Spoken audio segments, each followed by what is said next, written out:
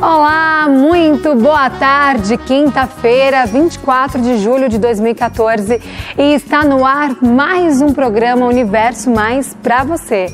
E no programa de hoje vamos aprender qual a forma correta de escolher um sapato confortável que não traga problemas à saúde do seu pé.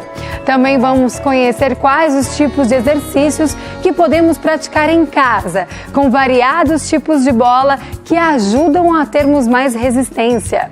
E conhecer os looks maravilhosos para a festa que a loja Helena Cass Concept Store preparou pra gente.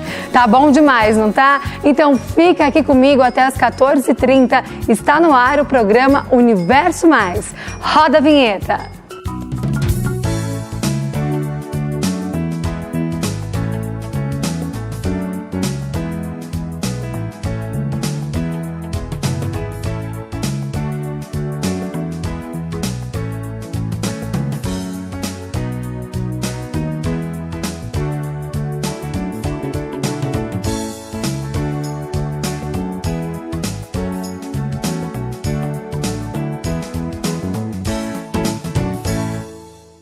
E o que levar em conta na hora de comprar um sapato, hein?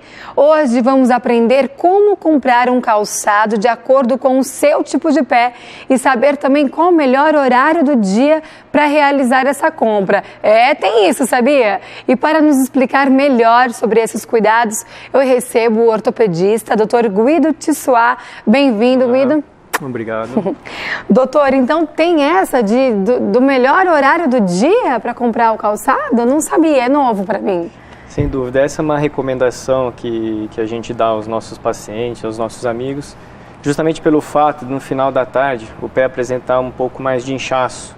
E ao invés de a gente cometer o erro de comprar um calçado no início do dia que fica apertado, quando for usar e poder causar algum machucado no pé. Então essa é uma recomendação verdadeira. Assim. Então no final da tarde, quando o pé está um pouquinho mais inchado, e isso vale para homens e mulheres? Sim.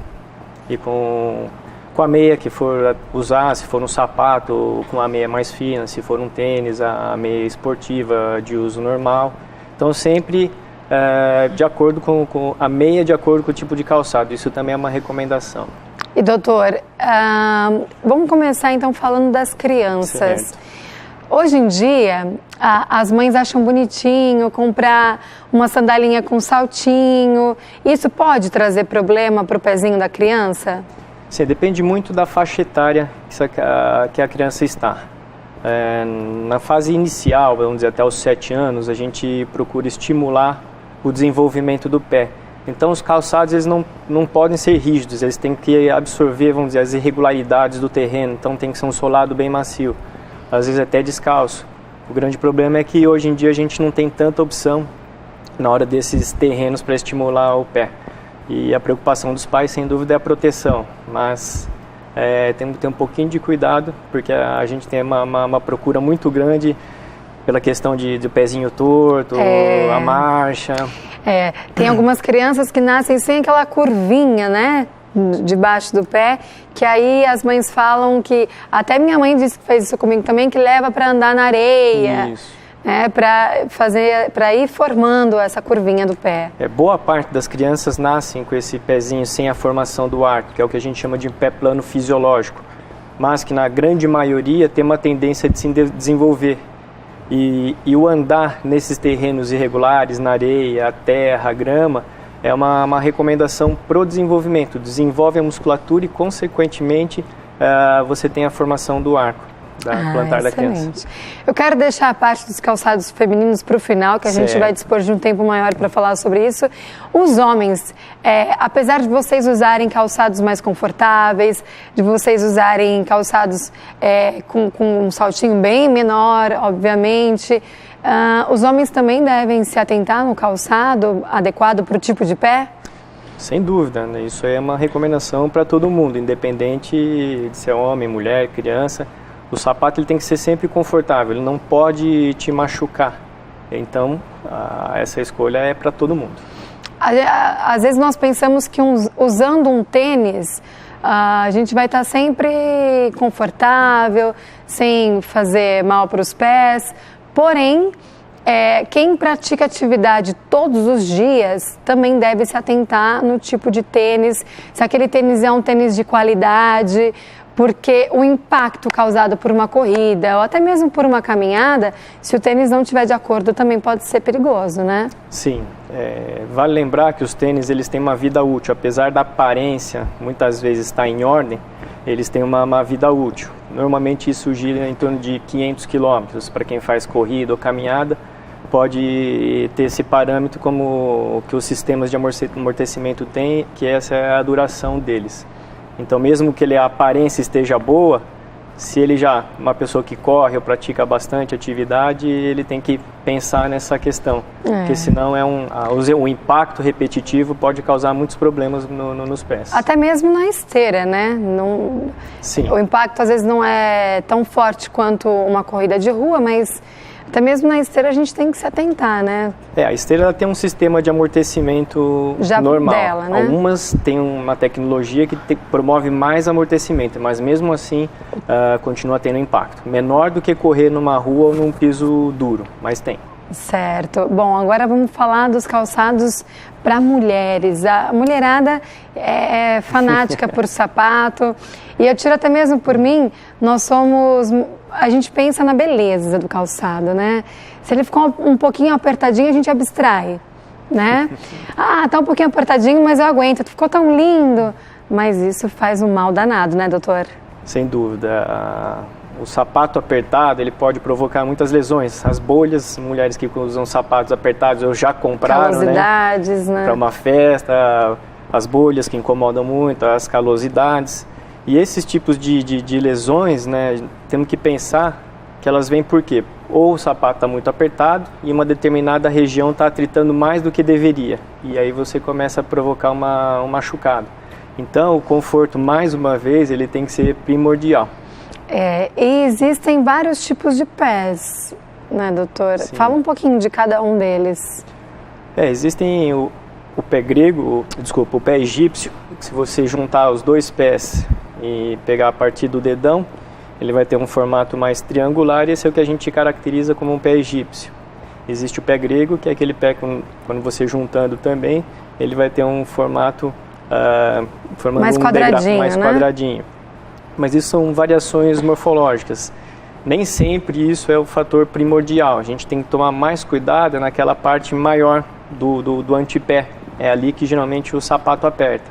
Então, na hora de escolher, essa região do pé tem que estar bem confortável. Por exemplo, um calçado com bico muito fino para alguém que tem joanete é totalmente proibido, né? Os sapatos com saltos muito altos e bico fino, na verdade, a gente não recomenda, até mesmo para quem não tem joanete, pois é um fator que pode agravar. E se a pessoa tem uma predisposição para isso daí, ela vai desenvolver, sem dúvida nenhuma. A joanete, ela é hereditária ou de acordo com os calçados que a mulher vai usando, vai se desenvolvendo? Ela é multifatorial, ela tem o fator hereditário, sim, e tem os fatores ambientais, aí no caso a escolha de um calçado. Um calçado inadequado, ele pode te levar a um quadro de joanete. Então, tudo isso acaba influenciando. E qual seria o tipo de calçado mais adequado? Eu peguei alguns calçados para a gente poder ilustrar, mas aqui no caso são calçados que eu acredito que sejam que sejam benéficos, né? No caso esse tem um salto por inteiro, onde ele dá um suporte para o pé. O que você tem a dizer? Isso aqui é indicado? O que eu recomendo normalmente para as mulheres é que elas possam variar bastante o tipo de calçado, não só usar um sapato de salto, ou uma rasteirinha, ou uma anabela, mas sempre procurar variar o tipo. Esse, por exemplo, ele tem um salto, então a tendência é jogar a carga mais na região anterior do pé. Se ela usar só esse tipo de calçado, ela também pode desenvolver algum quadro doloroso. O salto alto, por exemplo, muito mais alto, com a base bem fina, né, ele já é difícil de equilíbrio, pode provocar dores em joelho, coluna.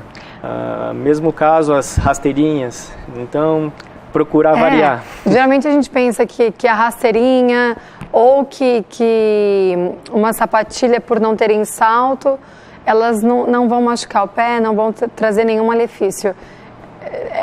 Não tem nada a ver. Não, mais uma vez a mesma recomendação de variar o tipo de calçado. Sempre variar. Sempre variar. Mas também, doutor, não quer dizer que eu nunca vou poder usar um escarpão bico fino, nunca vou poder usar um salto alto, não é verdade? Usado com moderação, de vez em quando numa festa, esporadicamente, eu posso, né? Sem dúvida. Bom senso nessa hora, né? Até embeleza mais as mulheres, né? Os saltos, então... Exatamente. Usando com critério e bom senso, não há proibição. Hoje em dia tem muitos calçados que, apesar de eles serem bem altos, eles têm aquela parte da frente que chama-se a meia pata, né? Ele dá uma certa equilibrada no tamanho do salto com a parte da frente do sapato. E para nós mulheres o meia pata ele dá mais firmeza para a gente andar. Ele também tem alguma contraindicação? Não, o calçado ele tem que ser confortável para você. Não existiria uma contraindicação absoluta, a não ser que a pessoa tenha algum problema já diagnosticado no pé. Não tendo nenhum problema, eu acho que não há nenhuma contraindicação absoluta. Mas sempre dosando bem os tipos de calçado. Tá certo, doutor. Muito obrigada. Eu que agradeço. Agora, daqui para frente, eu só vou comprar sapato no final da tarde. Para que meu pé esteja inchadinho e que não corra o risco de depois ele ficar apertando o meu pé. Sem dúvida. Nós vamos para um breve intervalo comercial e voltamos já já. Fica aí.